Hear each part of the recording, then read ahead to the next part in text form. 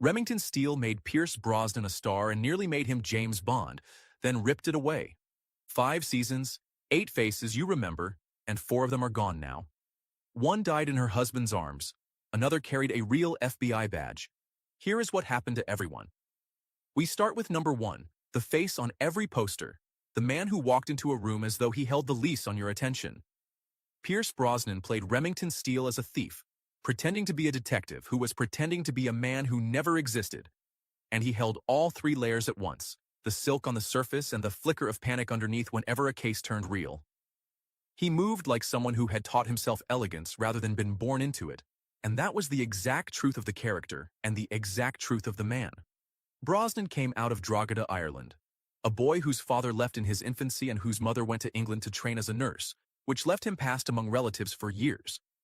A stepfather eventually took him to see his first film in a cinema, and the film happened to be a James Bond picture.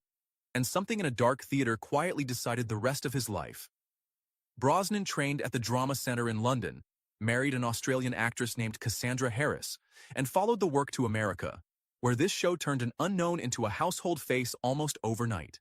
Then, the cruelest thing his career ever did to him came from this exact series. In May of 1986, after 4 seasons, the network cancelled Remington Steele, and Brosnan signed to become the next James Bond in the living daylights. He did the wardrobe fittings. The script sat beside his bed. On the final night of a 60-day window, sitting in a Malibu beach house with a bottle of Crystal open, the phone rang. The network had changed its mind, and it renewed the show purely to keep him. Bond producer Albert Broccoli refused to have his new agent tied to a weekly television series, handed the role to Timothy Dalton instead. And a guest star from that season later said Brosnan was not angry about any of it, only heartbroken. He has said since that he was simply in no position to say much in public at the time, a man forced to watch the role of a lifetime hand itself to someone else.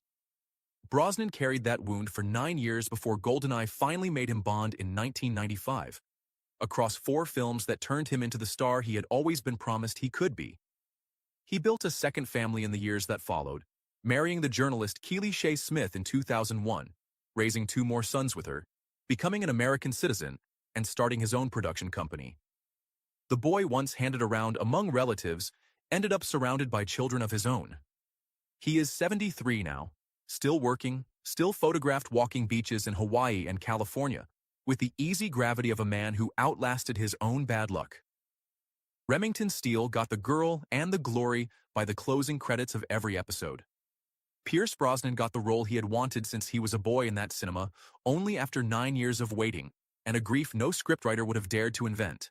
The second name arrived a few episodes in, an older gentleman thief called Daniel Chalmers, a man who carried himself like the figure Steele might become if he lived long enough and stayed lucky. Ephraim Zimbalist Jr. played him with a voice like polished walnut and a stillness so complete that every younger actor in the frame seemed to lean toward him. 2 secrets sat quietly inside that casting. The actor was Stephanie Zimbalist's real father, and on the set he became something of a father figure to Brosnan as well. His own beginnings sound invented. Son of a violin virtuoso and an opera soprano, he studied at Yale, then went to war, fighting through Normandy and the Hurtgen Forest as a young lieutenant and taking a wound that earned him a Purple Heart. He could have coasted a quiet life on that pedigree alone. Instead, he became one of the most recognizable faces on American television, twice over, long before he ever set foot on his daughter's show. He first became a star as the smooth private detective Stuart Bailey on 77 Sunset Strip across the late 1950s, then traded that fame for the methodical federal lawman who would define him. Here is the part of his story that belongs on a channel like this one. For 9 years, Ephraim Zimbalist Jr. starred as Inspector Louis Erskine on a series called The FBI, and every single episode ended the same way, with real photographs of real fugitives from the Bureau's most wanted list posted on the screen. Some of those broadcasts led to genuine arrests. The director of the FBI, J. Edgar Hoover, personally blessed the show, opened the Bureau's files to its producers, and corresponded with the actor for years. In 2009, the FBI brought him in and pinned an honorary special agent badge to his chest, the highest honor the Bureau gives a civilian, presented by the director himself. They honored him because, for decades, he had narrated the FBI's recruitment films and raised money for the children of agents killed in the line of duty. Acting stayed with him almost to the very end, and he even lent his voice to Alfred the Butler in an animated Batman aimed at children who would never know his face. He grieved privately through all of it, too. His first wife died of cancer in 1950, a loss he described as the thing that shaped him, and his second marriage, the one that gave the world Stephanie, ended in divorce. He died on the 2nd of May in 2014 at his ranch in Solvang, California, 95 years old, having spent his final days playing golf and visiting friends. His children announced it themselves. Daniel Chalmers was a charming criminal who never paid for a single thing he stole. Ephraim Zimbalist Jr. spent his whole life on the other side of that line, and the FBI gave him a real badge to prove which side he stood on. Number 3 did the actual detective work while a man took the bows on the screen and, by several accounts, off it as well. Stephanie Zimbalist played Laura Holt, the licensed investigator who solved the cases while her invented boss collected the credit, and she gave the role a clipped intelligence and a barely contained exasperation that made the whole romantic engine of the show run hot. The audience always knew who was truly in charge of that agency. She came from American show business royalty, granddaughter of a world-class violinist and a soprano who triumphed at the Metropolitan Opera, and she trained at Juilliard before this part ever found her. When the series began, she was the established name and Brosnan was the unknown, a fact worth holding on to. The set was famously tense between the two leads, and their co-star Doris Roberts said it plainly in later years, that the pair barely spoke to each other, and that the strain helped end the show. Both leads have spoken warmly of one another since, though Zimbalist has admitted she has never once gone back to watch a single episode. Her private life followed a path she chose on purpose. Stephanie Zimbalist never married, and she has talked about that openly, framing it as a deliberate independence rather than a wound she carries. She watched her character spend 5 seasons chasing a romance, and in her own life she decided to belong to no one. A small circle has held for decades, including a long friendship with the actor Alec Baldwin, and she has guarded her ordinary life as fiercely as her character once guarded a case file. Her work after Laura Holt leaned hard into the stage and into television films such as the award-winning Caroline. And there was even a strange moment when she was cast in RoboCop before circumstances forced her to step away from it. At 69, she works mostly in the theater, gives her energy to animal welfare, and keeps her world close and quiet. Laura Holt could not be taken seriously as a detective without a fictional man standing in front of her. Stephanie Zimbalist built an entire life that needed no man at all, invented or otherwise. One name still ahead of us was dropped from this show after a single season and walked straight into one of the largest miniseries television had ever produced. Our fourth face was written, on paper, as a glamorous 35-year-old rival for Steele's affections, and the producers ended up with a 57-year-old woman who refused to read for anything smaller than what she deserved. Doris Roberts played Mildred Krebs, a former tax investigator who adored Steele and saw clean through everyone else, and she gave the part a working woman's bluntness and a comic timing that turned a side character into the emotional anchor of the trio. Audiences loved her before they could explain why. The road to that audition had been long and unkind. Her father walked out when she was small, and she grew up in New York raised by her mother and a stepfather whose name she took, studying her craft at the actor's studio after midnight because her first husband would not watch their son any earlier in the evening. She once said, flatly, that none of the men in her life ever wanted her to be successful. The role of Mildred had been built younger and prettier, and she asked to read anyway, won it outright, and watched the producers rewrite the character to fit her. Years later, she stood before a congressional panel and argued that Hollywood's contempt for older actors deserved to be treated as seriously as racism or sexism. She had already won an Emmy just before this show for a single wrenching episode of St. Elsewhere, and the biggest stretch of her fame still lay ahead of her. As Marie Barone, the meddling mother on Everybody Loves Raymond, she would earn 4 more Emmys and a permanent place in American living rooms, working steadily into her final year. She wrote a cookbook in her late 70s, cooked for anyone who came to her table, and stayed sharp and combative enough to keep asking, even near the end, why nobody bothered writing parts for older people. There was one steady love through all of it. In 1963, she married the novelist William Goyen, the calm after a first marriage that had taught her what she did not want, and she stayed his wife until leukemia took him in 1983, and she never married again, leaning instead on the son who became her manager. She died in her sleep in Los Angeles on the 17th of April in 2016 at 90, only 2 weeks after appearing on an industry panel about women in the business, and she was laid to rest at Westwood Village Memorial Park. Mildred fussed over a boss who barely needed the help. Doris Roberts was told she was finished at 57 and spent the 3 decades that followed collecting award after award that an entire industry assumed she would never win. Number 5 was the man who actually liked Laura, standing just outside the romance, watching her fall for the imposter who had stolen her invention. James Reed played Murphy Michaels, the loyal junior detective, and he gave the character an easy decency and a quiet disappointment that made his presence ache a little because he was the one who would have been good for her. He drifted into the work almost by accident, starting college in forestry before theater caught hold of him at the University of Oregon, then working off-Broadway and through regional stages in Denver before a small early role on Cheers. His time on this show ended in a cold business decision. When the producers retooled after the first season, they decided the chemistry between the two leads played better without a third wheel, and Murphy was written out, leaving Reed fired from a hit series after a single year. That dismissal turned out to be the luckiest thing that ever happened to him. He walked directly into the lead role of George Hazard in the North and South miniseries trilogy, one of the highest-rated events television had ever aired, turned up in the film Beaches in 1988, and later spent years on Charmed as the witch's wayward father. The most important thing he found, though, he found on a set. While filming North and South, Reed met the actress Wendy Kilbourne, married her in 1988, and built the kind of life the cameras rarely follow. The couple raised a son and a daughter, and they also endured a loss, a daughter named Willa, who was stillborn in 1994, something Kilbourne spoke about publicly years afterward, with real courage.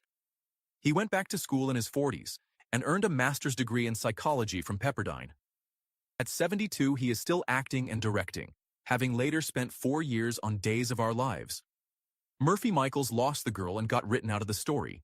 James Reed lost the job and found the role, and the marriage, that the show would never have handed him. Before the next 2 stories, consider subscribing, because the woman you're about to meet appeared on this show carrying a secret almost nobody in the audience ever understood. The 6th face showed up as a glamorous woman from Steele's past named Felicia, and the people watching at home had no idea they were looking at the leading man's own wife. Cassandra Harris played her with the languid confidence of someone long accustomed to being the most watched person in any room, and the casting carried a private charge no script could ever write, because the woman seducing Brosnan's character on screen was the woman he went home to every night. Her path to that set ran straight through James Bond.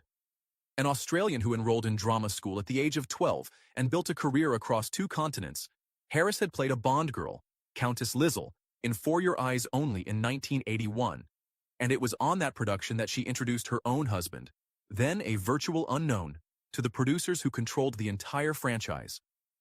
Long before any of it, she had been a striking presence. A former model once featured in a book of the world's most beautiful women, the kind of woman who walked through every room a half step ahead of the attention. She married Brosnan in 1980, gave birth to their son in 1983, and raised her 2 older children alongside him, children he adopted as his own after their father died. Then came the part of her story that the opening of this video promised you. In 1987, Cassandra Harris was diagnosed with ovarian cancer, the same disease that had already killed her own mother. She fought it for 4 years while the family moved to the quieter air of Malibu, and her husband slowed his career to stay near her. On the 28th of December in 1991, she died in a Los Angeles cancer hospital with Brosnan holding her. 43 years old, though several obituaries printed her age as 39, the younger number she had given for most of her life. The cruelty did not even end there. Years afterward, her daughter Charlotte died of the very same illness, the 3rd generation of women in that family lost to it. Felicia was a fantasy of glamour and danger dropped into a Tuesday night detective show. Cassandra Harris was the woman who handed her husband the door to James Bond and did not live long enough to watch him walk through it. If you watched her on this show without ever once realizing she was the leading man's dying wife, tell me below the very first scene of Remington Steele you can still picture in your head. I read the comments on these, every single one of them. One woman still to come had already done, a quarter century earlier, the exact thing Laura Holt was repeatedly told no woman could do.